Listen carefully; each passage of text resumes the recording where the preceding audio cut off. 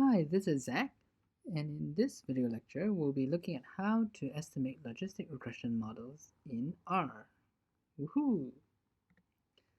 Alright, so this is the quiz data set where I created it with a missing value for one particular student who didn't keep track of how many hours he or she studied or declined to answer perhaps. So to estimate a logistic regression model, this is the code, which looks very similar to the code for estimating a linear regression. The two key differences are you need to use the GLM function instead of LM, and you also need to insert this term family equals to binomial, which you didn't need in linear regression. So here's what linear regression looks like, just to show you the very clear differences. LM versus GLM, and nothing versus family equals binomial. If you omit the family equals binomial, basically you'll end up with a linear regression. So even if you have GLM, that's not enough. You need family equals binomial. Don't forget family. Family is very important. Okay, so how do we interpret the model outputs? If you get the summary of the model, it looks something like this, right? So let's look at some of each of the different parts. So for the regression coefficients, if these are the coefficients that you get, then basically the log odds that y is equal to 1 is equal to minus this plus 0 plus this times the number of study hours. So basically it says that if you study one more hour, your odds of passing will be multiplied by this value, which is roughly 2.4. And this is a plot of what the estimated probabilities look like. I wanted to talk about the odds ratio because sometimes that's a term that you will see in a logistic regression table. So the odds ratio for males passing is 0.125, and that's something we calculated. So I've done a logistic regression of passing against just the sex. And what this table shows you is that if you take the exponential of this coefficient, you get roughly 0.125, subject to some small numerical errors. And what that means is that the logistic regression model gives us the same odds ratio as the one that we calculated by hand. Okay, so now the next step is to estimate the probability of passing. So here, it's a bit more complicated than linear regression again. So if you just use the normal predict, you will get the logits and not the probabilities. To get the probabilities, you have to type the type equals response here. Alright, so this is also quite important. Okay, sometimes you might see in the outputs that you get something called n observations deleted due to missingness. For example, in this particular data set, we have actually one observation deleted due to missingness, and that's because one student is missing study hours. So if the study hours is missing, you can't do an estimation or prediction for that student. Finally, there's something called the AIC, the Akaike Information Criterion. At least I think that's how you pronounce his name. Sorry. So this is named after a famous Japanese statistician, and it measures the relative amount of information lost by a model. So unlike the R-square where bigger is better, in this case, a smaller AIC is better than a bigger AIC. Here are two models.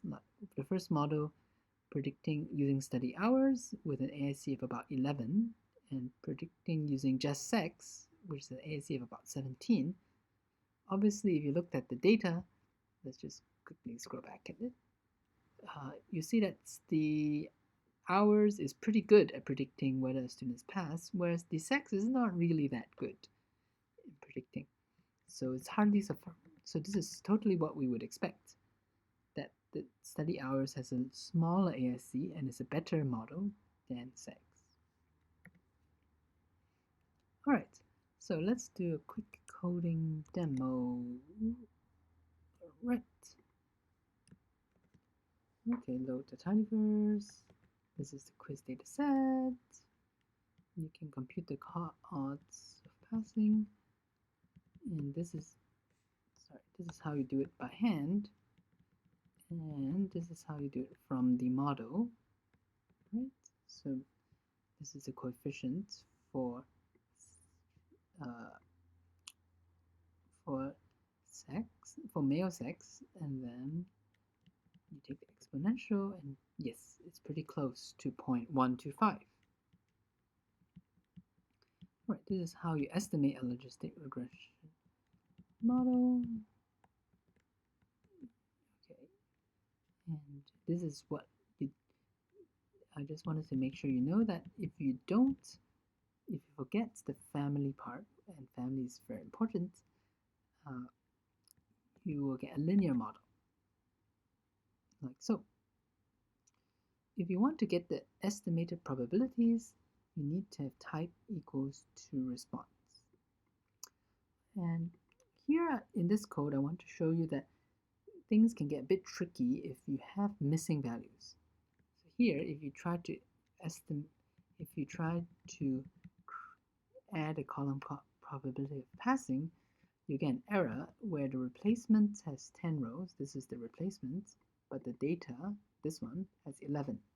So why do you get this error? Okay, so we have 11 rows here, but when you do the prediction, you only have 10 numbers. Notice that 1 is missing and it starts at 2.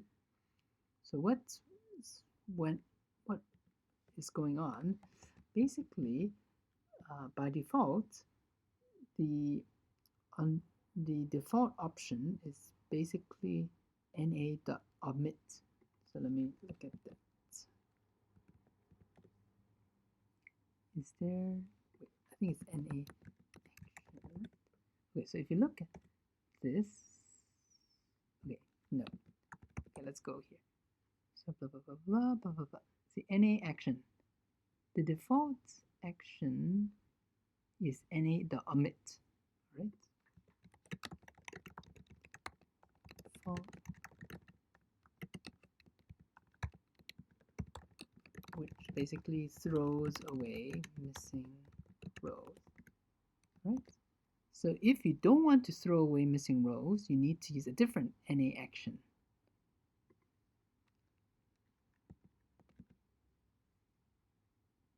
So in particular, we'll use na.exclude, so it doesn't throw away the data. So you have to fix this in the model. So notice now we have this option na.exclude, right?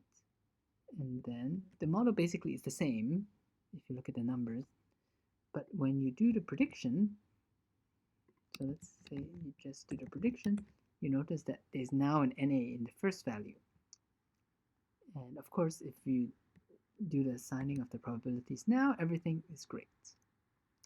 And here, I just wanted to emphasize, if you don't type, if you forget to specify the type is response, you get the logit. So this is the logit that you can see some of the numbers are negative, which cannot happen for probabilities, and some of the numbers are bigger than 1, which also cannot happen for probabilities. But if you calculate the response, then you get probabilities between 0 and 1. All right, so that's all for today.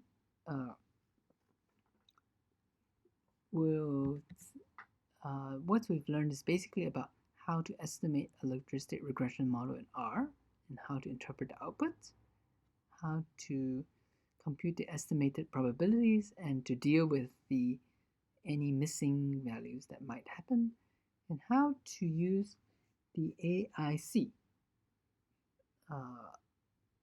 to decide which model is better.